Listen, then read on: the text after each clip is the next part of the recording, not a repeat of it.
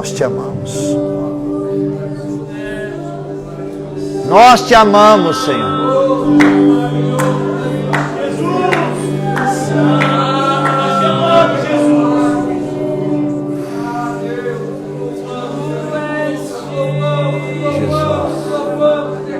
A honra, a glória e o louvor para todo sempre, Senhor.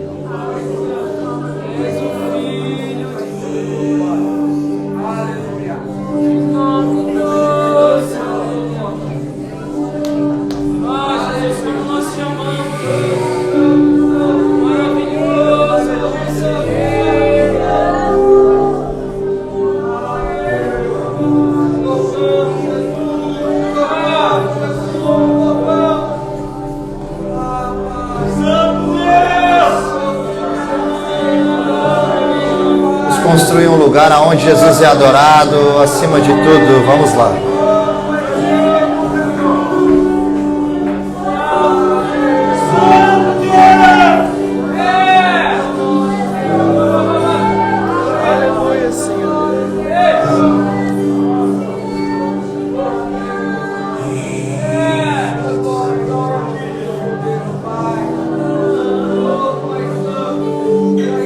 Seu coração possa reverenciar a presença daquele que é digno de honra, glória e louvor.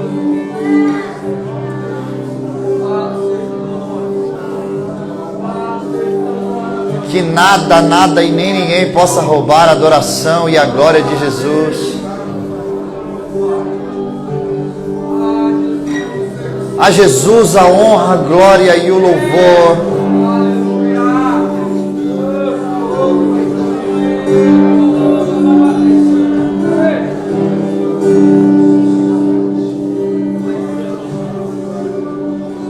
Vai lá.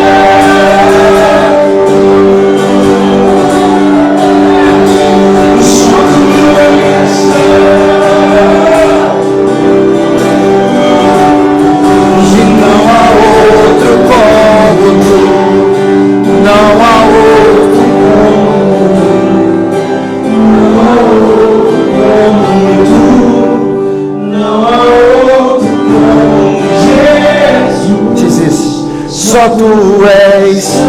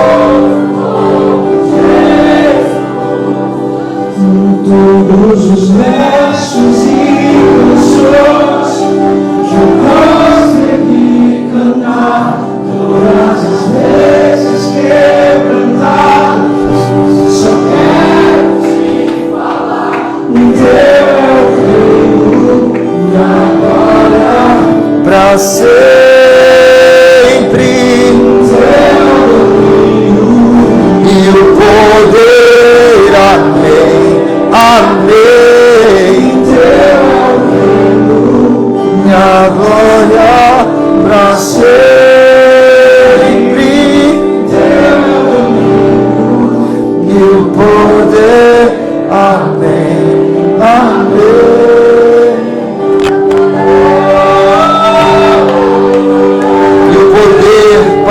sempre, para todo sempre. A Ti toda a honra, toda a glória e o louvor, Jesus.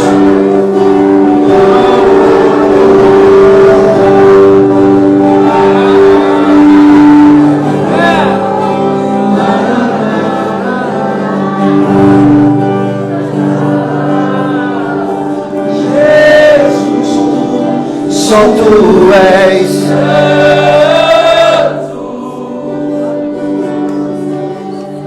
só Tu és santo,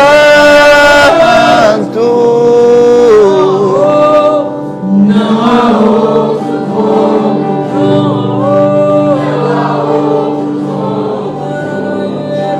não há outro como, não há outro como.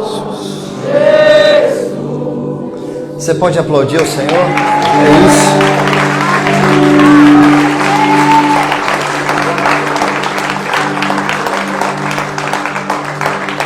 Pode tomar o seu assento, dando glória a Deus, aleluia.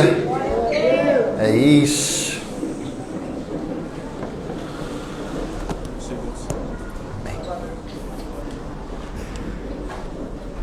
Glória a Jesus. É muito bom estar aqui, irmãos, podendo compartilhar da palavra do Senhor Jesus mais uma vez, mais uma noite. Estou muito feliz, irmão. Jesus está fazendo muitas coisas no nosso meio. Tem coisas que nós nem estamos preparados de verdade para estar vivendo, e Jesus tem muita misericórdia sobre as nossas vidas. Eu estou aqui hoje extremamente constrangido com o amor de Jesus com a minha vida. E eu não sei o que vai ser esse sermão. De verdade. Hoje eu estou aqui, mas eu estou querendo ficar aí, sabe? E sabe, eu tenho 1 bilhão de coisas para falar, tantas boas notícias do Evangelho para comunicar. Mas hoje é aquele dia que eu só queria ficar cantando aqui, sabe? Tamanho constrangimento que eu estou sentindo pela presença de Jesus. E eu não estou falando daquele constrangimento que eu estou com vontade de sair pulando num pé só, rodando, entregando manto, não. É só aquele de ficar, sabe, chorandinho no canto, constrangido com amor que... Irmão, você já foi constrangido pelo amor de Jesus?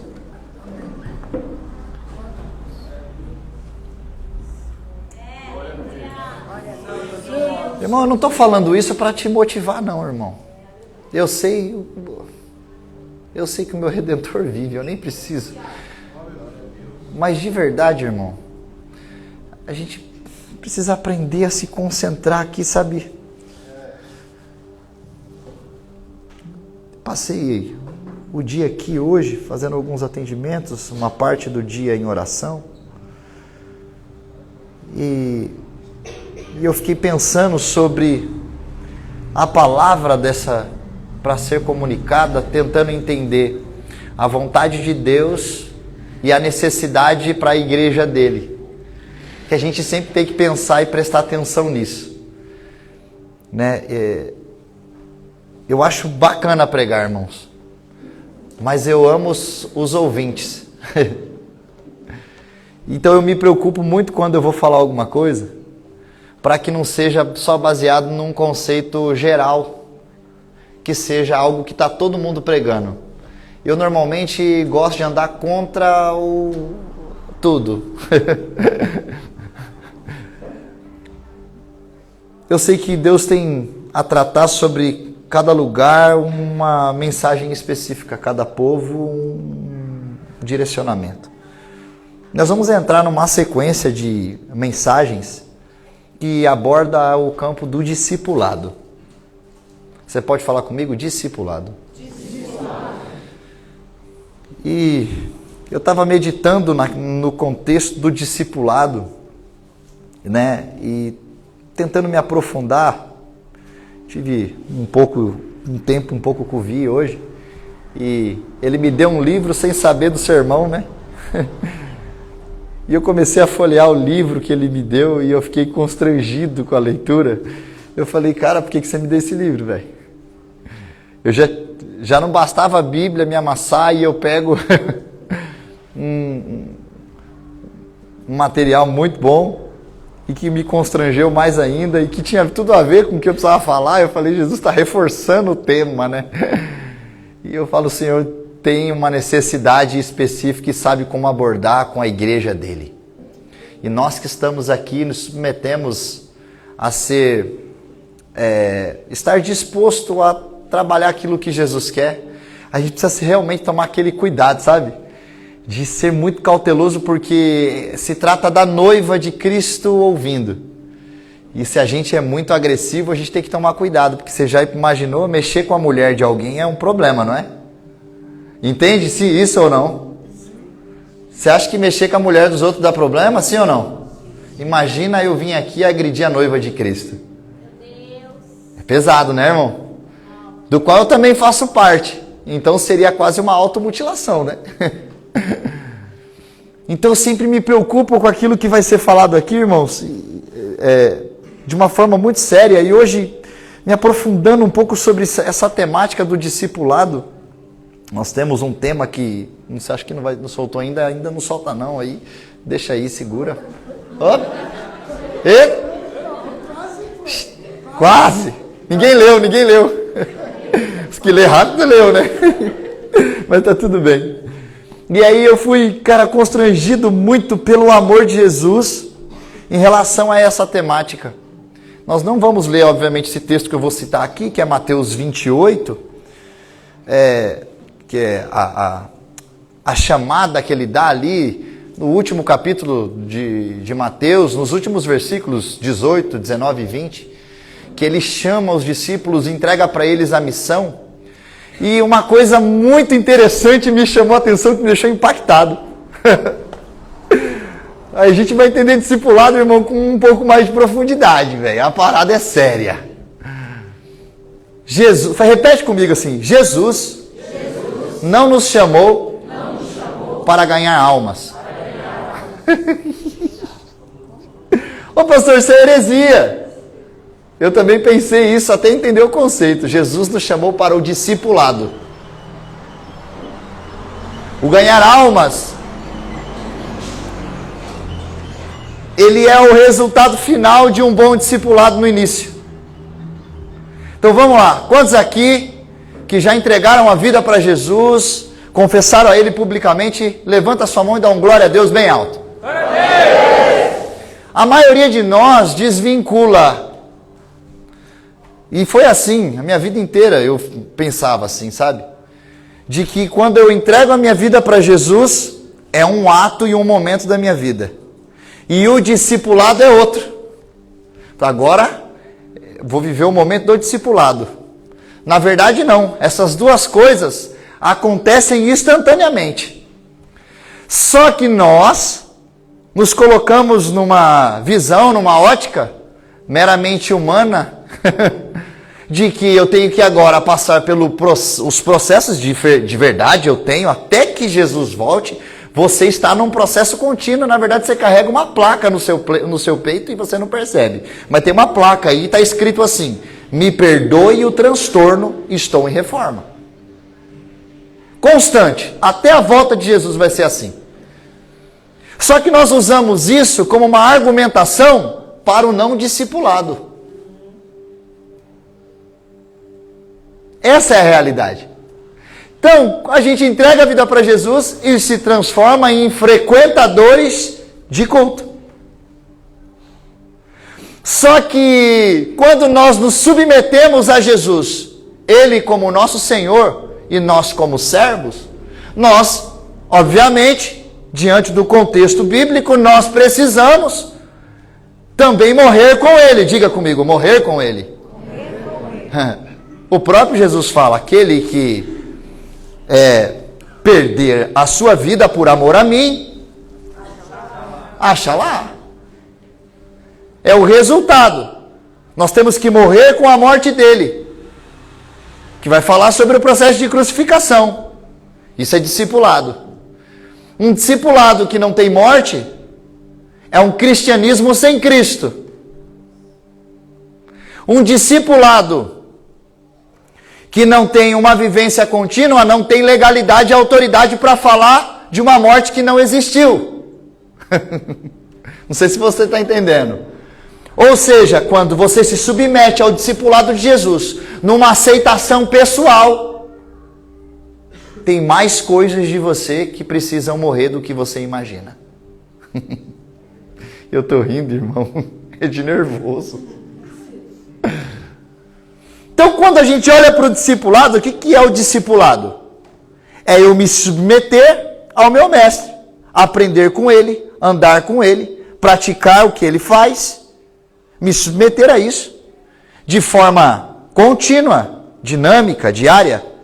E nos falta, obviamente, a ousadia de nos comportar como bons discípulos para nos transformarmos em bons discipuladores. Um discipulador nos dias de hoje tem a tendência de se transformar em um manipulador e não em um discipulador. Por quê?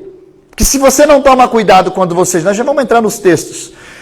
Quando você começa a seguir Jesus, vai buscando, cresce na fé e a sua autoridade ali automaticamente passa a ser, de uma certa forma, uma atribuição aumenta, algo acontece, você sente uma autoridade a mais.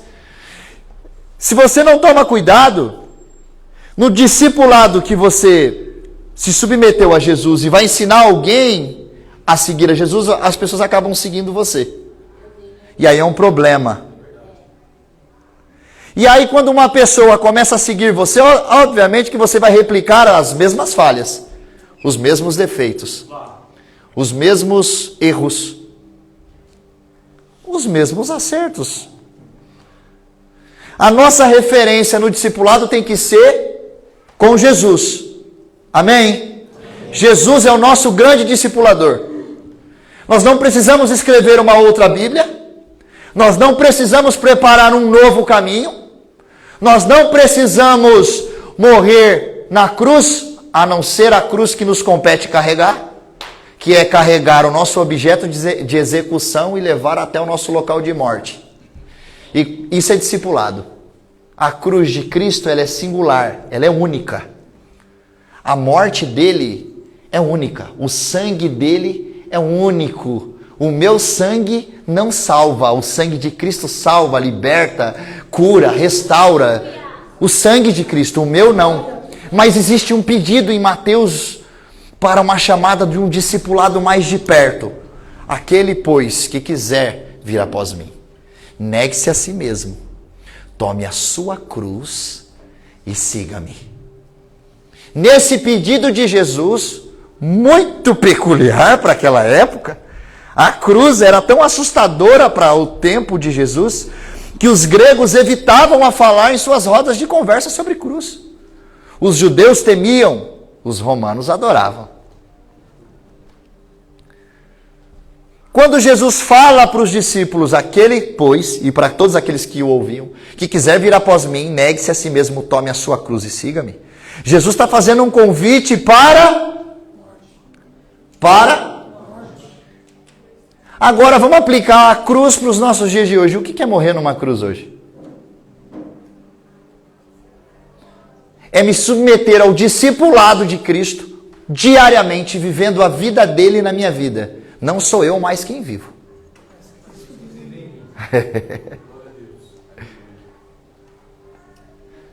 É como se você tivesse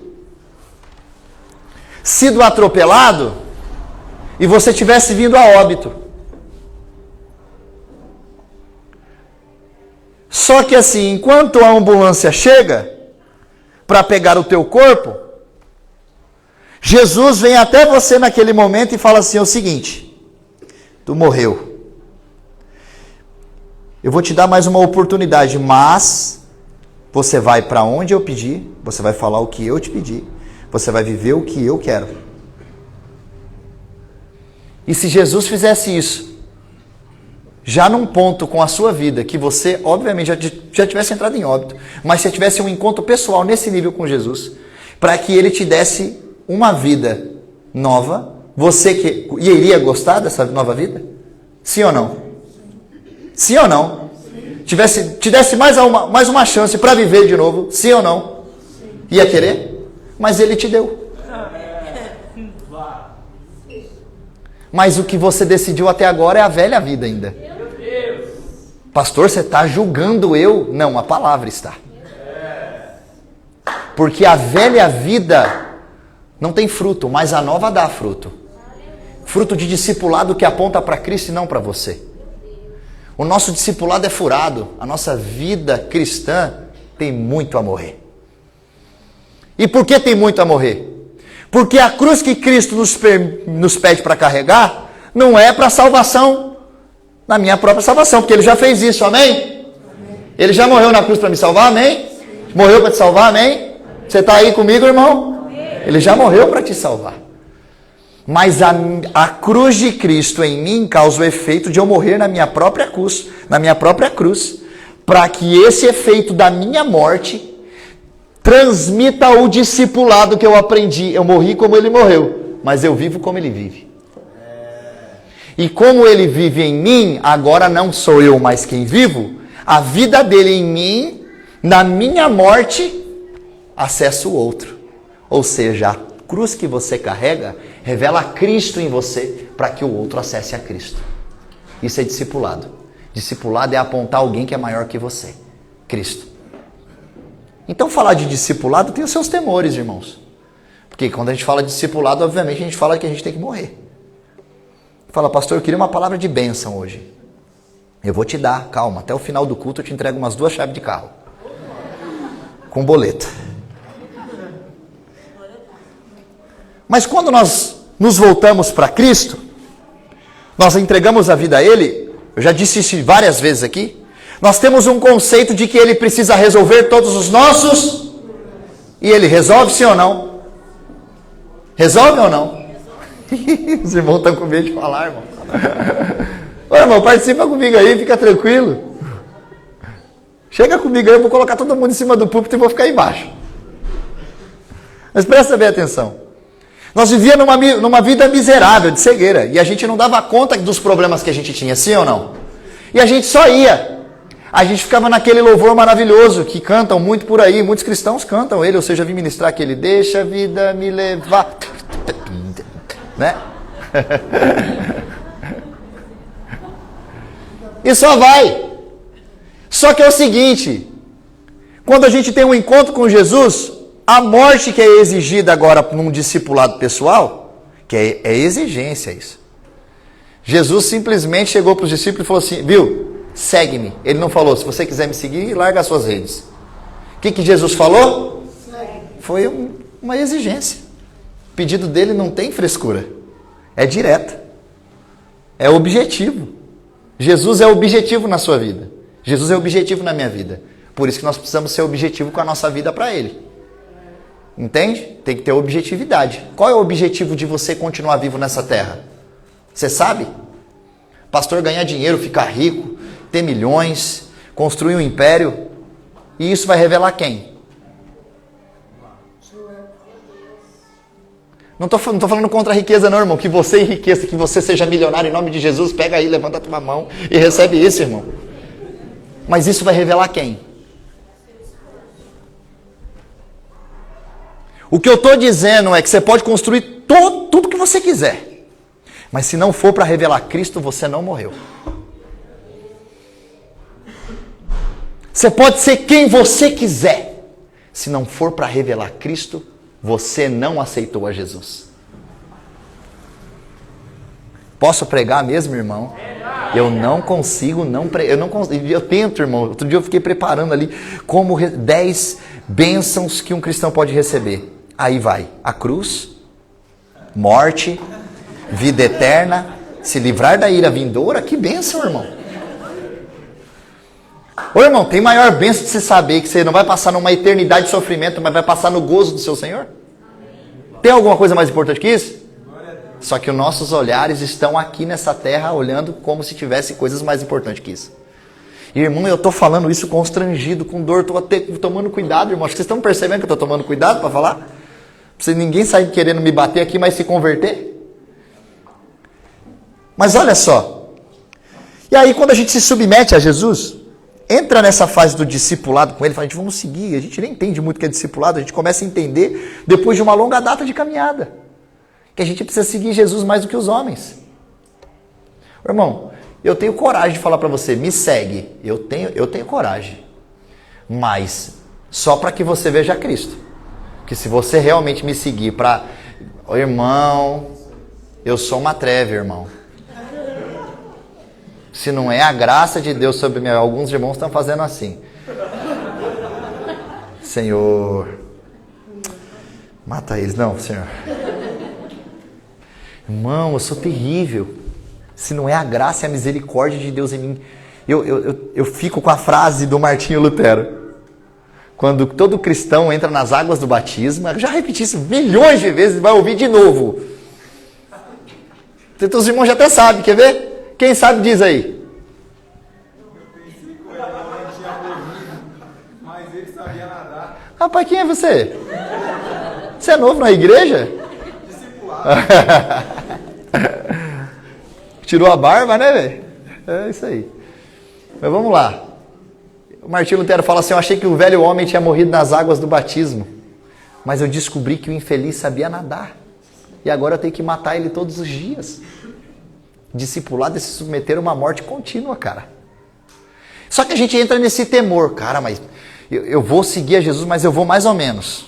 Eu vou à distância, tipo Nicodemos, o discípulo anônimo. Jesus chama Nicodemos para uma conversa, João 3, mas ele não entra no grupo mas ele foi considerado um discípulo anônimo. Ele participou de um momento importante, mas estava só aqui, ó. Olha a gente servindo a Jesus. Você é crente? Conhece Jesus?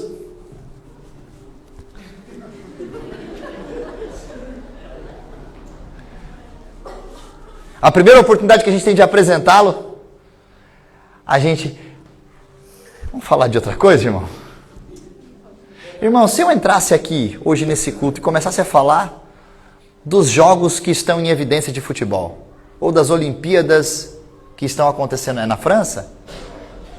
É, na França. Eu sei porque eu vi chegando notícia.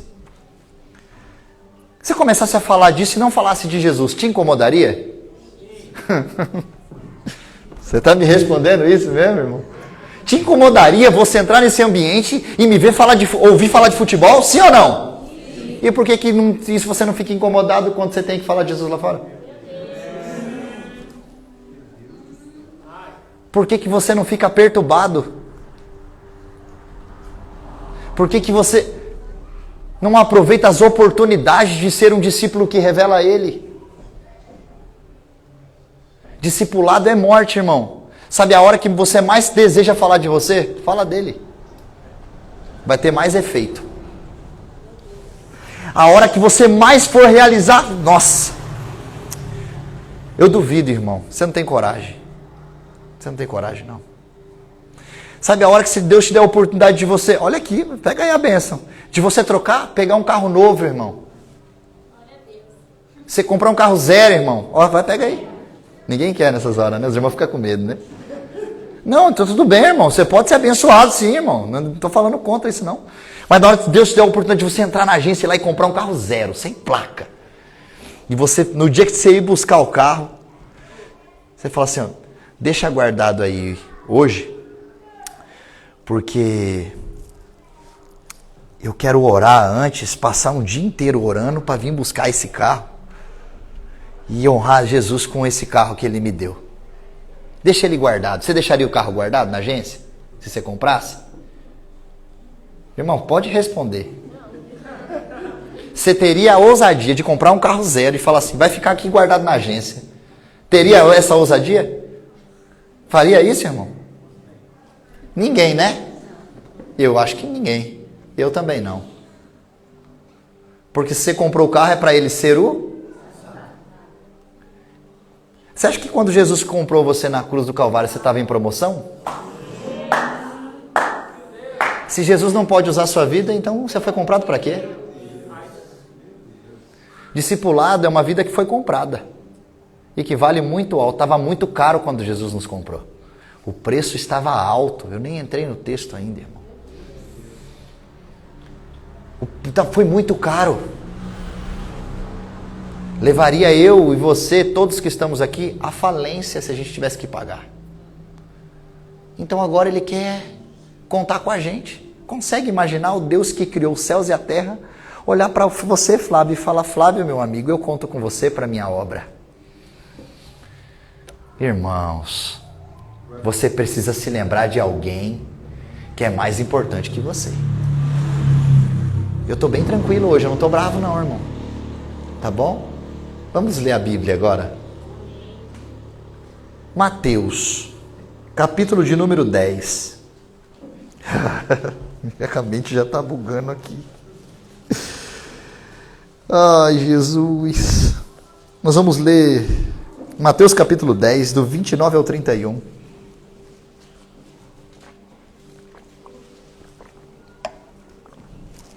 Quero ser bem tranquilo assim, irmão, hoje. Hoje eu não quero dar uns gritos, não. Só se der vontade, irmãos. Para quem estava dormindo acordou agora. Vamos lá. Mateus 10. Todos acharam? Diga amém. 29 ao 31.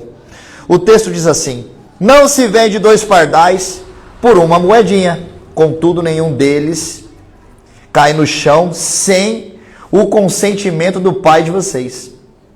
Até os cabelos da cabeça de vocês estão todos contados. Portanto, não tenham medo. Vocês valem mais do que muitos pardais. Entendeu ou não? Para a gente entender melhor aí o texto que a gente leu, o texto de Lucas 12, 6 também é um texto que é a mesma contextualização aqui, vai dizer assim: não se vende 5 pardais. Deu uma aumentada aqui no número, mas você vai entender o porquê. Não se vende 5 pardais por 2 moedinhas. Aqui não se vende 2 pardais por uma única moeda. E o texto de Lucas vai falar: não se vende 5 pardais por 2 moedas. Quer dizer que cada 2 pardais custa uma moeda. Só que olha só, a cada 2 pardais, uma moeda. E o texto de Lucas fala que tem 5 pardais. É isso ou não? Vamos lá. Não se vendem 5 pardais por 2 moedinhas. Contudo, nenhum deles está esquecido diante de Deus. Até os cabelos da vossa cabeça estão todos contados. Não temais, mais valeis vós do que muitos pardais. O pardal era tão barato que na compra de 4, o vendedor te dava 1. Essa é a realidade. Então, a cada 2 pardais, uma moeda. O quinto ia de graça. Então, uma coisa que era extremamente insignificante e sem valor nenhum, tinha muito valor para Deus, porque nenhum deles, quando caía no chão, passava despercebido. E aí o texto vai mostrar o valor de cada um. Como? Como cada fio da vossa cabeça estão todos contados. E o texto finaliza: valeis muito mais do que muitos pardais. Esse é o valor que é dado ao discipulado. Este é o valor que é dado às coisas para o nosso discipulador mais insignificantes, que para ele são muito valiosos. Então, as coisas que, na ótica desse povo, na época, não tinha muitos valores, para Deus tinha muito valor.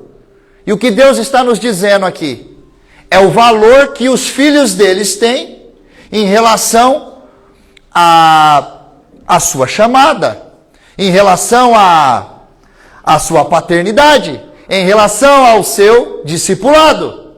O que Deus está dizendo para nós nesse texto é que vocês valem mais do que qualquer coisa que Ele criou. Por isso o preço caro na cruz do Calvário do discipulado. Um pardal, 2 pardais com uma moeda. Um ser humano, um homem na cruz. Ou, aliás, uma humanidade, um homem na cruz. Mas quais são os temores e como nos livrarmos dos temores de um discipulado e revelar a Jesus? discipulado ou o discipulando, ele não precisa temer nada que aconteça à sua volta, porque ele contém o conhecimento da verdade e toma cuidado para não ser enganado por ninguém. Então o maior medo que as pessoas têm ao se submeter a Jesus é as exigências dele para nós. E não são, irmãos, e de verdade, não são poucas. Fala assim comigo, o Evangelho é exclusivista. É exclusivo para aqueles que negam a si mesmo e entregam a sua vida para Jesus. Porque é categórico, cara. Se você não entregar a vida para Jesus, se você não aceitar Ele como único e suficiente Salvador, se você não reconhecer Ele diante dos homens, qual é o resultado? Ele negará a nossa existência diante do Pai, cara. E agora ele está falando de uma exigência e de um cuidado. O texto vai dizer de Lucas 21, respondeu-lhe, cuidado para que não vos enganem. Virão muitos em meu nome dizendo, sou eu, e o tempo está próximo. E o texto vai dizer, não siga eles. Como reconhecer um verdadeiro discipulador? Como se tornar um verdadeiro discipulador? Primeiro, se submetendo a Cristo, entendendo e concebendo as suas verdades, morrendo pelo mesmo propósito e aplicando o mesmo propósito de morte para aqueles que estão à sua volta. O mesmo convite que foi feito para você, fazer para os outros na mesma medida bíblica. Haverá uma ilusão religiosa. Até muitos do povo de Deus correrá o risco de ser enganado. A maioria das pessoas não tem uma preocupação natural, aliás, tem uma preocupação natural com o futuro, especialmente quando se trata de acontecimentos globais em caráter ameaçador. E Jesus nos advertiu, vede que não sejais enganados. Quando a gente se submete ao discipulado de Jesus, irmãos, as verdades dele vêm à tona e nós não somos enganados.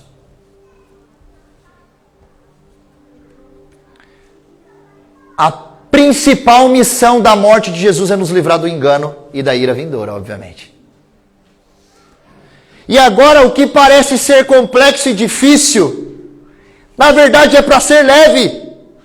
E só não é leve porque provavelmente estamos tentando adaptar o Evangelho numa vida que decidimos por conta própria. A grande verdade do reino é que quando nos submetemos, não podemos ser enganados nem pelo nosso próprio coração, porque já existe uma verdade que foi apresentada a nós. Se as pessoas não nos enganam, se não somos amassados pela religiosidade, somos amassados pelo nosso próprio ego. Irmão, essa mensagem é para sarar a tua mente.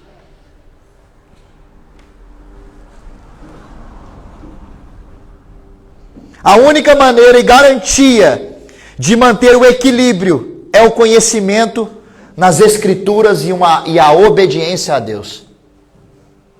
2 Pedro 3, 17 e 18. Vós, portanto, amados, sabendo isto de antemão, ou seja, ninguém está pego por desavisado. A Bíblia já está escancarada na nossa mão. Já está tudo às claras. A verdade já foi apresentada, porque nos parece que a verdade do reino não é suficiente. Porque parece, horas entramos na igreja, horas saímos, e não fazemos valer a pena cada encontro que nós temos aqui. Sabe por quê? Porque nós estamos buscando uma verdade pessoal, não uma verdade do reino. Nós queremos as coisas do reino, mas não o senhorio do reino. E a submissão do reino nos leva a uma verdade que não nos deixa enganados sobre a vida real do reino. E quando isso acontece, eu facilmente aponto para o reino.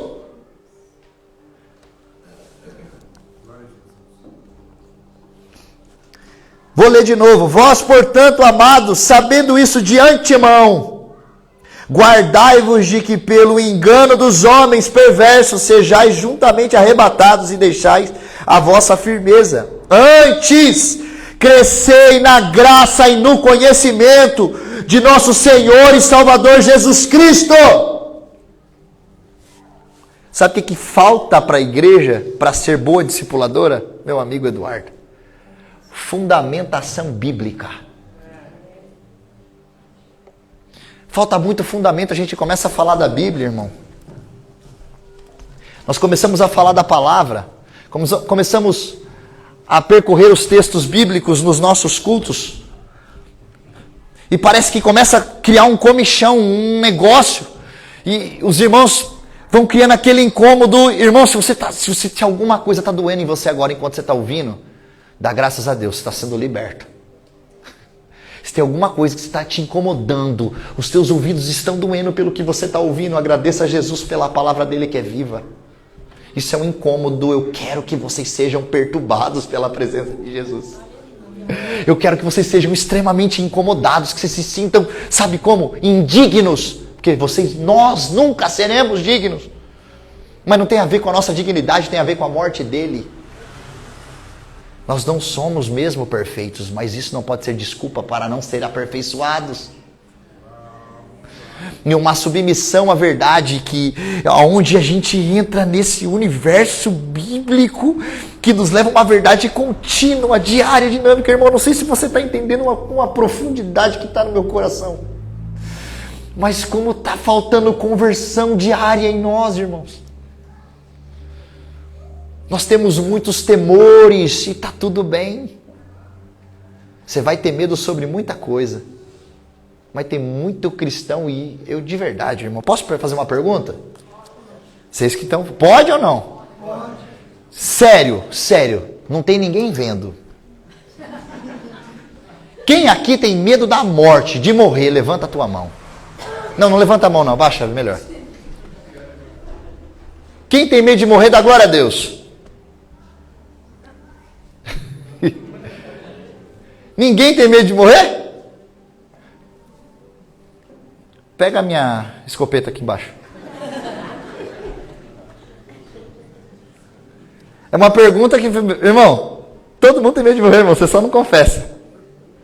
Essa é a verdade. De alguma forma. É que a maioria de nós quando fala, não, se Jesus me levar agora tem que ser dormindo. É verdade ou não é?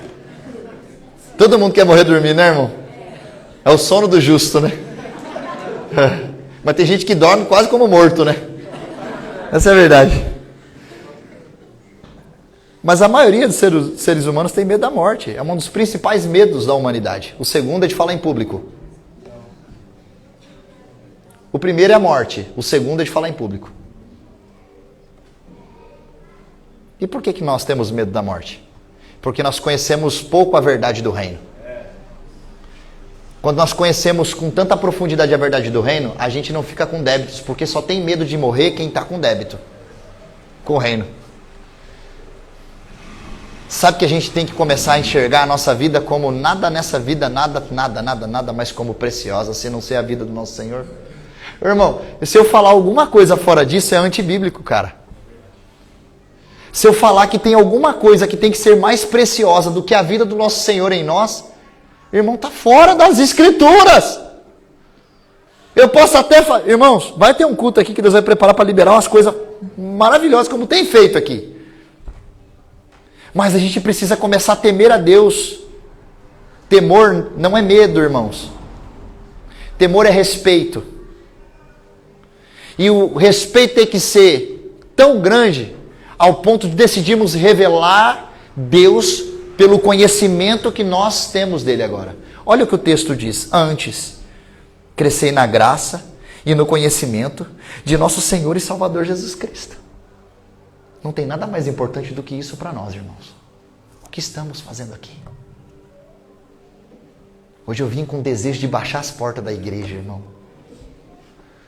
Eu acho que é por causa de mim mesmo, não é por causa de você, irmão.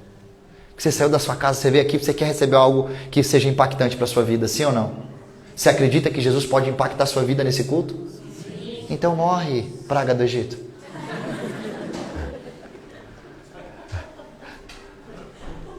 Morre, Eduardo, morre. Você está muito vivo. Eu falo isso todos os dias para mim, irmão. É difícil, irmão. Sei que vocês queriam estar na casa de vocês agora, mas você veio para não receber aquela mensagem do pastor. Você faltou do culto hoje, né? Irmão, eu estou constrangido, irmão, porque eu tenho tudo na mão para não ser enganado, mas parece que horas nós somos, né, cara? Parece que às vezes a gente está sendo enganado, né?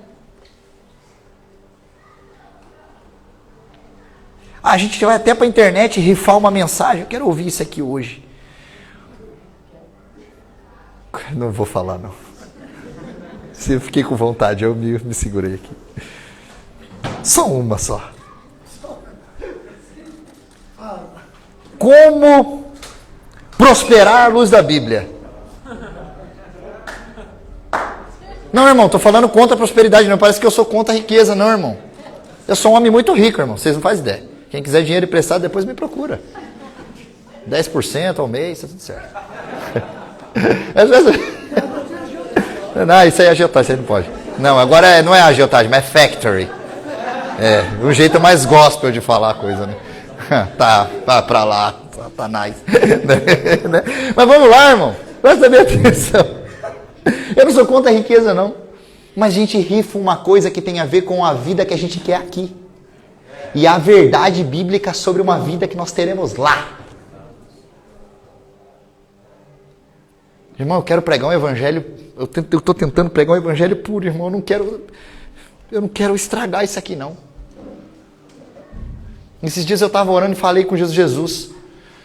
Se porventura eu estiver falando alguma coisa, Pai, que não tem a ver com a sua vontade, me arranca. Coloca outro pastor para cuidar dessa igreja. Coloca outro homem, Pai, que vai ser muito melhor facilmente. Que possa revelar a tua verdade e que não seja a minha pessoal. Então nós temos um temor quando se trata de caráter. Ai, meu Deus do céu, está tendo guerra. Agora Jesus está voltando. Meu Deus do céu, agora eu vou para a igreja. É assim ou não é, irmão? Vixe, começou a ter enchente. Ih, guerras, rumores de guerras. Né? Começa já a pensar no apocalipse. A besta saindo do mar. A prostituta que se assenta sobre as águas. O dragão vai aparecer. As pessoas se apegam às figuras do Apocalipse e não sobre a principal e importante mensagem do Apocalipse. Capítulo 1, versículo 1. Revelação de Jesus Cristo para João e para a igreja. A Bíblia inteira é cristocêntrica. Fala assim comigo, cristocêntrica. Fala, minha vida precisa ser cristocêntrica. Fala, Senhor, venha sobre a minha vida agora. Venha, venha, venha, venha, venha. Sabe por quê? Nós nos preocupamos com acontecimentos globais e isso faz a gente voltar para a igreja. Você vê quanto é sério, o quanto a gente está levando a sério o discipulado e o dia que a gente entregou a vida para Jesus. Qualquer coisa tira os irmãos de dentro da igreja hoje. É que o irmão pisou no meu pé. Briga de departamento. Aí eu não vou mais para aquela igreja, eu não sei o quê. Tá. Irmãos, você vê o nosso nível de maturidade. Irmão, vocês não têm noção. Eu vou chamar vocês para crescer junto comigo. A gente precisa crescer, irmão, na fé mesmo. A gente precisa assumir o nosso lugar em Deus e aprender a nos aprofundar, a preparar. Meu Deus do céu. Não, Jesus, isso não. Quantos aqui sabem cozinhar? Só os homens que sabem cozinhar dão glória a Deus. Glória a Deus. Rapaz, tem uns homens bravos de cozinhar. As mulheres que sabem cozinhar, dá glória a Deus. Você que não sabe, irmã, não dê glória, viu? Vou te dar um exemplo. Você quer ver onde está o nosso nível de maturidade? Sobre a nossa fé? A nossa sede e fome por Jesus? A gente abre a Bíblia nos dias de culto. A maturidade do texto, do discipulado que não teme os acontecimentos à sua volta, é aquele que já sabe, na sua casa, cortar o alho, a cebola, refogar, jogar o arroz, a medida de água, tem paciência para apurar a água, entrar em estado de ebulição e ferver, e o arroz sendo cozinhado, ou cozido, né? E assim a mesma coisa com o feijão. É assim, não é? Deixa o feijão de molho de um dia para o outro, para diminuir os gases com um pouco de limão. Jesus está falando com alguém aqui que não sabe cozinhar, irmão. Pelo menos isso a mensagem vai falar com alguém. Eu tenho certeza. Em agosto. Já dei aí os primórdios aí. Presta atenção. Se não sair convertido, sai cozinhando. Uma coisa ou outra. Mas pega aí, irmão. Sabe essa maturidade que você vai crescendo e você vai aprendendo a se virar na cozinha? Sabe isso? É o que Jesus espera de nós quando nós estamos no nosso secreto com Ele, para crescer em maturidade, em busca para que vocês não sejam enganados em ambientes públicos como esse. E porque se eu viesse aqui, montasse um monte de heresia e falasse para vocês, vocês dessem glória a Deus só para vocês receber a palavra? Como vocês iriam avaliar isso? Eu estou me colocando em xeque aqui, irmão. Depois, se você quiser fazer uma sabatina comigo sobre todos os textos, pode fazer, irmão. Eu quero que você cresça e que você aprenda. E não tema aos acontecimentos à sua volta, porque você conhece uma verdade que é bíblica e não minha. Que você cresça numa raiz do discipulado em seguir Jesus e ser parecido com Ele, não com o pastor da sua igreja. Eu não estou te chamando para ser parecido comigo. Eu não quero que você fale, irmãos... Desculpa, não pode falar. Está na internet. Desculpa. Edir. Está na internet. Edir. Pegue o copo d'água. Não pode. Irmãos. Irmãos, nós temos que ser parecidos com Jesus, cara. E sabe o que a gente está preocupado? A gente entra aqui e fala, deixa eu ver como é que está o ambiente. Hoje está com a luz. Tem um pad. Isso. Olha, até arrepiei. Essa música eu gosto, hein? Canta ela em casa. Irmão, você não vem aqui na igreja para cantar a música que você gosta. Você vem para cantar a música que ele quer ouvir. A música que exige maturidade de você nem sempre é a que o louvor está cantando. É aquela música que você cante a verdade e fala, Senhor, eu preciso crescer em maturidade, eu sou tão pequenininho, frágil e falho e pecador, eu só tenho os meus pecados para te entregar hoje. Essa é a música que eu tenho. Se submeter ao discipulado é ser verdadeiro com Ele, assim como Ele é com a gente. É buscar a sua verdade bíblica e centralizar ela na nossa vida e viver. Buscar viver os textos ganham vida. É porque é muito difícil quando os textos precisam ganhar vida em alguns pontos da nossa vida. Vocês querem ver? Vamos fazer uma oração, irmãos? Jesus está me trazendo essa oração aqui, eu vou fazer essa oração. Vocês estão prontos? Então repete comigo. Pai nosso que estais no céu, santificado seja o teu nome. Venha a nós o teu reino. Seja feita a tua vontade. Aqui na terra, como é no céu. O pão nosso de cada dia que nos dai hoje.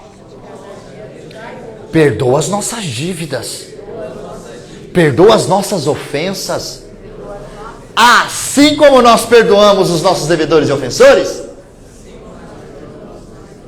Repete, assim como nós perdoamos os nossos devedores e ofensores. E não nos deixe cair em tentação, mas livra-nos do mal. Porque teu é o reino, o poder e a glória para sempre. Amém. Bonita essa oração, né, irmão? Sabe por que Jesus ensinou a oração do Pai Nosso? Para você entender por que ele ensinou a oração do Pai Nosso, tem que entender o contexto acima. Ele está falando dos fariseus, hipócritas, escribas que gritavam na sinagoga para serem vistos pelos homens. E chamou eles de atores que usam máscaras. Hipócrita, é isso? Ele fala, entra no teu quarto. Exigindo o quê? Maturidade. Porque os homens que faziam isso em público eram aplaudidos pelos homens, era para ser visto pelos homens. E ele fala, antes entra no teu quarto e ora o teu pai em secreto que te... Porque o que importa é Jesus te ver no secreto. E não estou falando que Jesus não está condenando o ato de orar em público. Ele só está condenando o ato de orar em público porque não tem maturidade de estar com ele no secreto. E aí depois que ele entende e explica, depois que as pessoas que estão à sua volta ali entendem isso, ele vai falar assim, essa é uma verdade do discipulado, irmãos. Agora sim, que as pessoas entenderam o motivo de como orar e como fazer isso, aí ele vai ensinar a oração modelo. Porque a oração modelo é o maior sinal da aplicação do discipulado. Pai, o discípulo que se submete a Jesus nunca ora pelo eu, só por nós. Sempre está preocupado com a divisão do pão que lhe é dado. Sempre está preocupado em perdoar as dívidas dos outros na mesma medida que entende que foi perdoado. Se Jesus te perdoasse na mesma medida que você perdoou alguém que te ofendeu, você seria perdoado? Sim ou não? Não. Que bom que você está revelando. É isso aí, irmão. Vamos lá. Isso é a verdade bíblica. Isso é discipulado.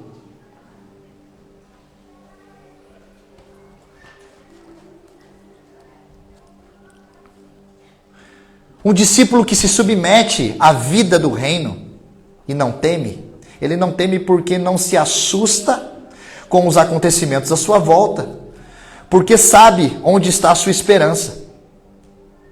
É preciso que os sinais ocorram. Não há nada que possamos fazer para evitá-lo. Isso significa que o povo de Deus está sujeito a um destino inescapável. Antes quer dizer que os cristãos também estão se submetendo ao plano de um Pai amoroso, que cuida de todas as coisas conforme o conselho da sua vontade, Efésios 1:11. O texto ainda vai dizer, nele digo, em quem também fomos feito herança, havendo sido predestinados conforme o propósito daquele que faz todas as coisas, segundo o conselho da sua vontade, a fim de sermos para louvor da sua glória, nós, os que primeiro esperamos em Cristo. Em Cristo temos uma herança maravilhosa. Mas parece que vivemos aqui como pobres. Talvez ricos e abastados de tantas coisas, mas pobres na nossa verdade centralizada em Cristo. Hoje eu estou sentindo de verdade que o clima está tenso. Parece que a gente está brigando aqui, irmão. Mas só tem uma coisa que me motiva hoje. Que você seja constrangido pelo amor de Jesus e você se submeta a um discipulado verdadeiro com Ele. Irmãos, essa não é uma igreja de eventos, porque essa não é uma agência de eventos. Não é, irmão. As paredes podem até estar na moda, como muitos estão. As luzes são bem bacanas. Um ótimo projeto que o Sérgio desenhou, inclusive. Tá tudo legal, vai melhorar mais ainda. Mas o Sérgio me lembra disso. No dia que a gente fechou as portas e baixou. E foi o primeiro dia que o Sérgio ligou o som para testar o áudio. E ninguém falou nada um pro outro. Cada um estava no seu cantinho. Richard num canto, o Matheus no outro, o Sérgio no outro e eu no outro. Eu acho que o Ivan também estava nesse momento, que as portas se baixaram o primeiro momento que estava assim. E quando as portas se baixaram, não tinha ninguém aqui dentro. E o som começou a tocar.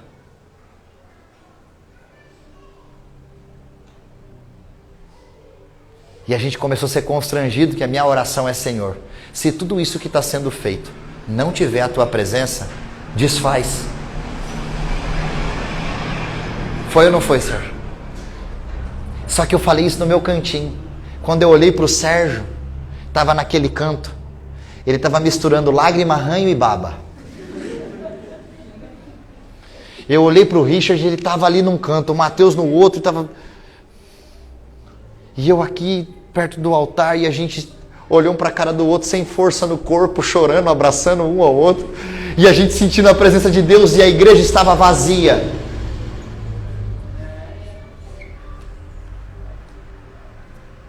Porque, sim, tudo que nós estamos fazendo é para honrar a Deus, mas para apontar a Cristo com toda certeza. Então, sim, sempre que a gente puder, a gente vai investir cada vez mais para melhorar esse ambiente. Mas vamos investir muito mais na nossa vida em Deus com a palavra. Você precisa ficar perturbado para pegar a Bíblia, irmão, na sua casa. Você não pode aceitar, cara, entrar aqui, velho, e sair com a vida do mesmo jeito, velho. Nossa, eu ouvi a mensagem e não me transformou em nada. Então chega na sua casa e aprende a preparar sua própria comida.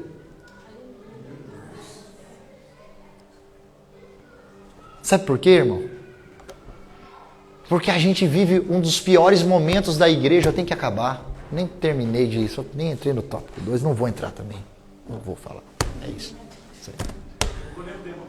Nem sei o tema também mais. Irmão, porque de verdade eu estou incomodado com algo, irmãos. A igreja precisa se preocupar tempo demais pregando para crente, cara. Eu não estou falando que não seja importante nós estarmos aqui como cristãos, nós precisamos. Pô, o Abner pregou sobre a igreja de Éfeso, cara. A Ellen pregou sobre deixar a capa e viver algo novo em Deus. E a gente vive na mesma vida velha, pedindo para Deus nos dar presentes e brinquedos materiais, quando Ele só quer uma coisa, Ele quer a tua vida. Esquece o resto, cara. Jesus quer, olha para mim aqui, Jesus só quer a tua vida. Ele não quer mais nada.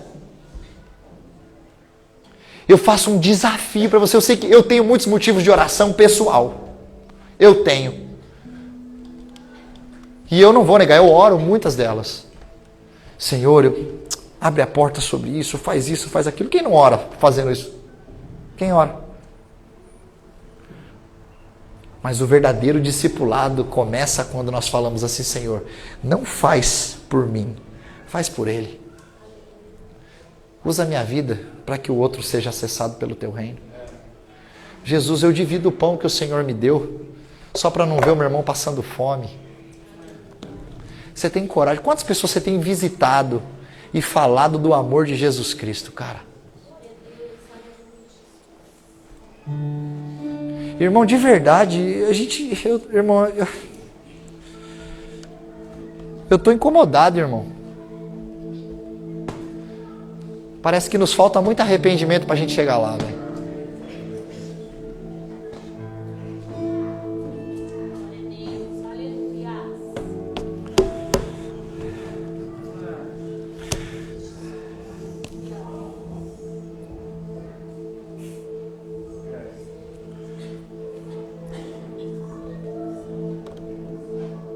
Às vezes eu fico pensando, sabe?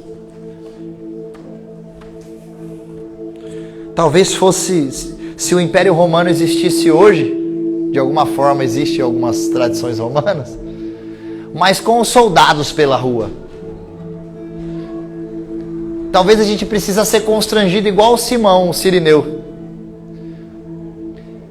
Tá aleatório no rolê, tá indo pro templo adorar a Deus, mas foi fora de hora, pegou uns condenados passando na frente dele, um cai na frente dele, o soldado olha para ele e fala: meu parceirão, tá aí no rolê, né? Roupa tá limpinha, tá bonito, ajuda ele a carregar a cruz aqui. Eu não. E a Bíblia vai dizer que o forçaram, o obrigaram. Será que a gente precisa ser obrigado? Cara. Ô, irmão, a gente fica numa vida oscilante, cara, no reino, velho. Por quê, cara? Hoje você ama estar aqui, amanhã você odeia. Se Deus não te der a resposta que você quer, você muda de ambiente, porque esse ambiente talvez é muito duro. E aí você vai ficar rifando coisas na internet para ver se afaga o teu ego. Para. O que precisa ser mudado é o teu caráter. Você precisa viver uma vida em Cristo, cara. Tá cheio de gente comendo um monte de coisa. Nós vivemos num mundo cheio de sábios. Cheio de sábios. Os sábios da internet são fantásticos. Irmão, começa a se relacionar com a vida real aqui, irmão. Olha aí pra pessoa que tá do seu lado aí, a vida real, cara. Não é um holograma, não. Aí, cumprimenta a pessoa, fala aí, que legal, cara. É isso aí. Do seu lado não tem um holograma, não, velho. Só que parece que a gente tá vivendo uma vida irreal, velho. Daqui a pouco a gente vai pedir pra IA criar um personagem pra ir no culto no lugar. Eu vou no culto com óculos virtual. É como se eu fosse. Ô irmão, pelo amor de Deus, não perde a essência da base do evangelho não. Jesus chamou você pro discipulado, cara. Você entregou a vida para ele? Agora não está perguntando se você quer. Você tem que ir. Por que você acha que ainda você é dono da sua vida? O que te faz pensar que você ainda é dono dela? Se você entregou a vida para ele? Você teria de coragem agora de entregar tudo que você tem, tudo que você faz, falar, acabou. Para onde eu vou? Se ele pedisse para você a tua profissão, você daria? Hã? Se ele pedisse hoje para você, igual ele pediu para Pedro, deixa a sua esposa aí, sua sogra, graças a Deus. E vem comigo, bicho. Vamos pregar a palavra comigo. Uns foram, outros não. Você precisa entender que nós somos a continuidade daquilo que aqueles 12 caras fizeram. E se a gente não colocar isso em mente na nossa vida, fica em pé no seu lugar, que eu preciso acabar o culto, senão eu vou aqui, irmão. O negócio começa, Zezé. Mas de verdade,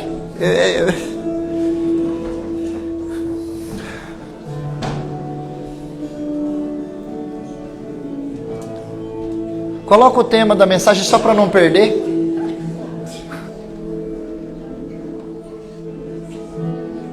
O discipulado e o seu temor. Sabe qual que é o maior temor do discipulado de hoje? Pergunta para mim. O quê? Morrer.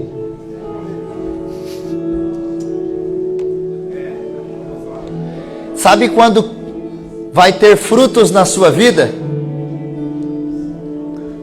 Se a semente cai em uma terra e não morre, ela não dá. Irmão, um discipulado sem morte é um discipulado sem cruz, cara. É um cristianismo sem Cristo, como eu disse. Então eu quero convidar você, tá? Sobra aí. Tô sentindo.